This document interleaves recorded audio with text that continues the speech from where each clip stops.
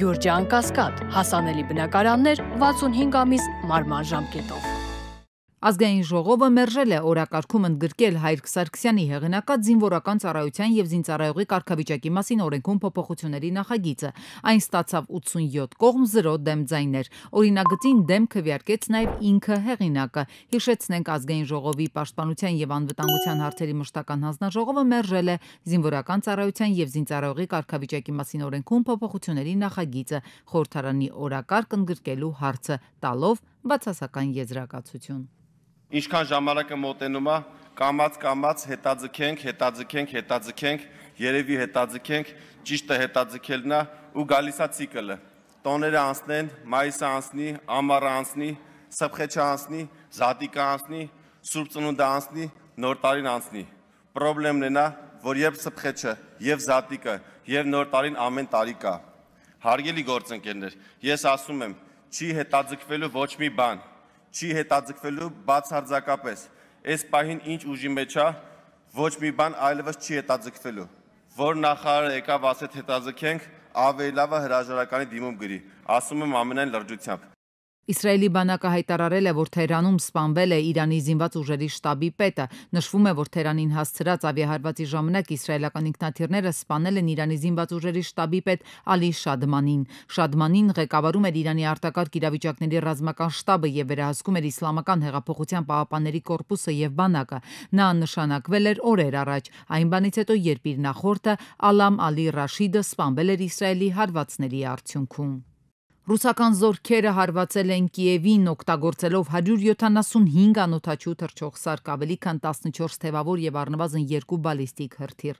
Ըստ Կիևի ռազմական վարչության ղեկավարի խոսքի, հարվածվել է քաղաքի 27 վայր, թիրախավորվել են բնակելի շենքեր, զոհվել է առնվազն 14, վիրավորվել 44 մարդ։ Իսրայելը Թեհրանում հարվածել է իրանական պետական հեռուստաընկերության շենքին, հարվածը հասցվել է այն ժամանակ, երբ հաղորդավարներից մեկը եղել է ուղիղ եթերում։ Ֆարս գործակալության տվյալներով 3 մարդ է զոհվել, սոցցանցերում տարածվել է նաև քանդված շենքի կադրերը։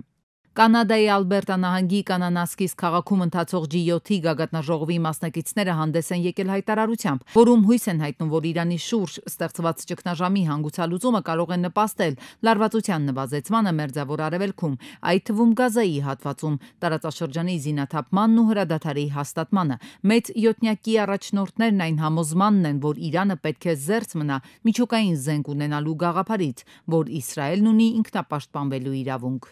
ԱՄՆ պետքարտուղար Մարկո Ռուբիոն հեռախոսազրույցներ է ունեցել գործընկերների հետ, քննարկելով Իսրայել-Իրան հակամարտության վերաբերյալ հարցեր։ Այս մասին հայտնում են ԱՄՆ պետքարտուղարությունից։ Միացյալ Թագավորության արտաքին գործերի նախարար Դեյվիդ Լեմիի հետ հեռախոսազրույցում Ռուբիոն անդրադարձել է Իսրայել-Իրան շարունակվող հակամարտությանը։ Պետքարտուղար Ռուբիոն եւ արտաքին գործերի նախարար Լեմին վերահաստատել են իրենց հանձնառությունը մնալ սերտ կապի մեջ եւ խրախուսել այնպիսի դիվանագիտական ուղի, որը կապահովի, որ Իրանը երբեք չմշակի միջուկային զենք։ Մեծ յոթնյակը հայտարարել է, որ Իրանը չպետք է միջուկային զենք ունենա։ Մեծ յոթնյակի պետությունները Մեծ Բրիտանիան, Կանադան, Ֆրանսիան, Գերմանիան, Իտալիան, Ճապոնիան եւ Ամերիկայի Միացյալ Նահանգները տարածած հայտարարությամբ շեշտել են, որ Իրանը այո չպետք է երբևէ ունենա միջուկային զենք, իսկ Իսրայելը ունի ինքնապաշտպանվելու իրավունք։ Ինչով կավարտվի տարածաշրջանի գլխին թափվող կրակը, աշխարհը սևեռված սպասում է խաղաղության օրակարգով իշխանության եկած Թրամփը ինչու չկանխեց Իսրայել-Իրան այս բախումը։ Ով է հիմա հետքայլ անելու Իրանը, որի ռազմաքաղաքական ղեկավարության զգալի մասը ըստ էության գլխատվեց ռազմաարդյունաբերական եւ տնտեսական ենթակառուցվածքների հսկայական կորուստներ ունեցավ, թե ոտքը հետ կդնի Իսրայելը, որը այնուամենայնիվ չի կարողացել էական վնաս հասցնել Իրանի միջուկային ծրագրին, քանի որ չունի խորքային հասանելիության ռումբեր։ Տեղեկություն եղավ, որ տեղեկություն հրապարակվեց, որ Իսրայելը դիմել է Ամերիկային այդպիսի ռումբեր տրամադրելու, բայց Թրամփը մերժել է։ Սպիտակ տունը տեղնուտեղը հերքեց այդ տեղեկությունը։ Մինչև կպարզվի այս վտանգավոր բախման ելքը, Մեջլիս է գալիս Բաքուն։ Զանգեզուրի միջանց կասածն են հիշել Ալիևի օգնական Հաջիևի կատարմամբ։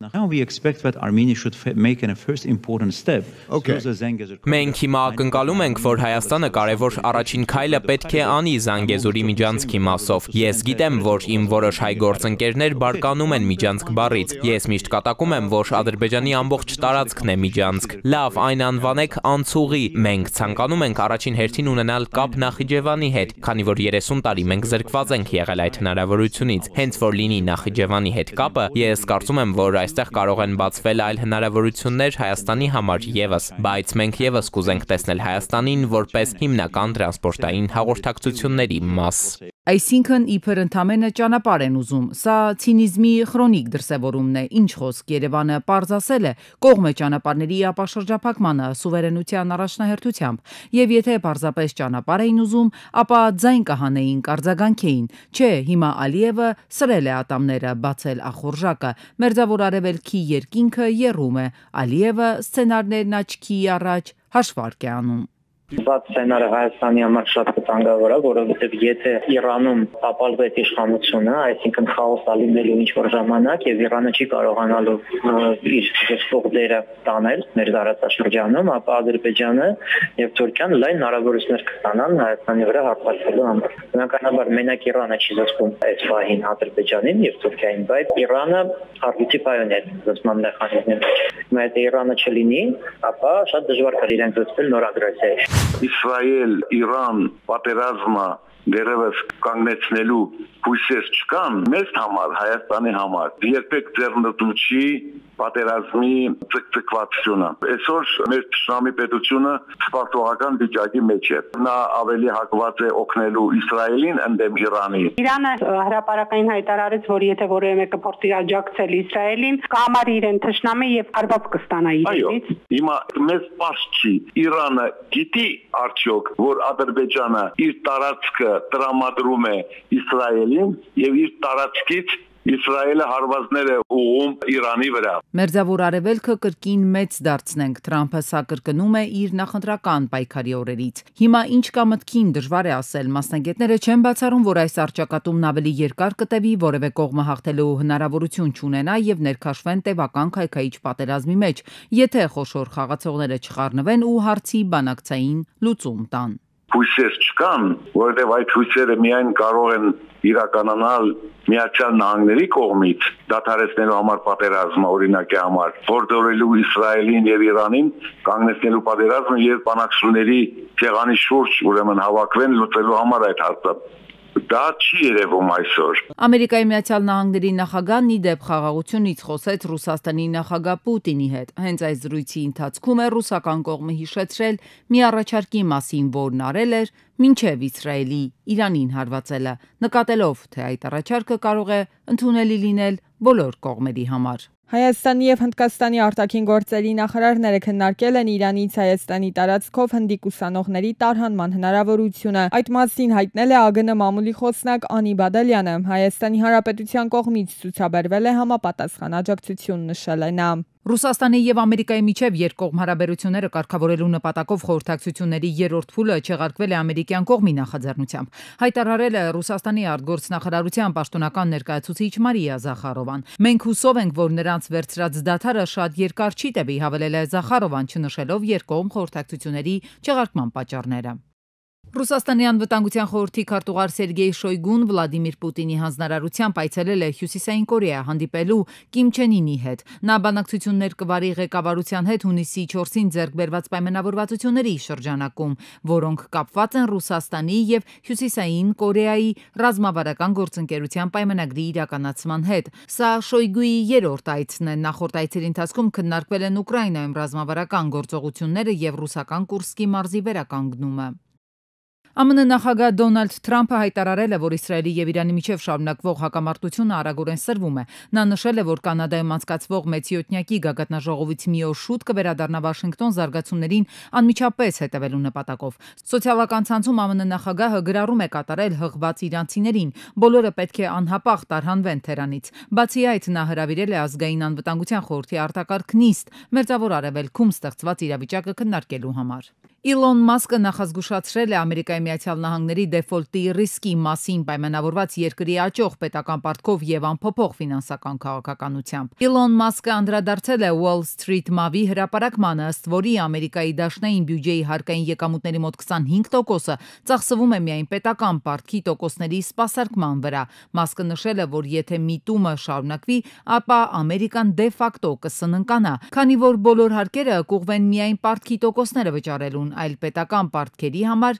միջոցներ չթողնելով։ Կրիշտիանո Ռոնալդոն Թրամփին ստորագրված մարզաշապիկ է ուղարկել։ Նվերն Ամերիկայի նախագահին է հանձնել Եվրոպայի խորհրդի ղեկավար Անտոնիո Կոշտան։ Ֆուտբոլիստը մարզաշապիկի վրա գրել է նախագահ Դոնալդ Թրամփին, որը հանդես է գալիս հանուն խաղաղության։ 85-ամյա Ալ Պաչինոն դարձել է առաջին հոլիվուդյան դերասանը, որը հանդիպել է նոր Հռոմի Պապ Լևոն 14-րդի հետ։ Հանդիպումը Վատիկանում կայացել է պրոդյուսեր Անդրեա Իերվոլինոյի ուղեկցությամբ Maserati The Brothers ֆիլմի գովազդի շրջանակում։ Թեև հանդիպումը ներկայացվել է որպես խորը հոգևոր եւ մշակութային պահ, օգտատերերի ուշադրությունը շեղվել է Պաչինոյի արտաքին տեսքից, խառնաշփոթ մազերից, չսափրված դեմքից ու բաց վերնաշապիկից։ Սոցցանցերում այն դարձել է քննարկման թեմա ու նույնիսկ զվարճալի համեմատություններ են արվել Կնքահայրը ֆիլմի հետ։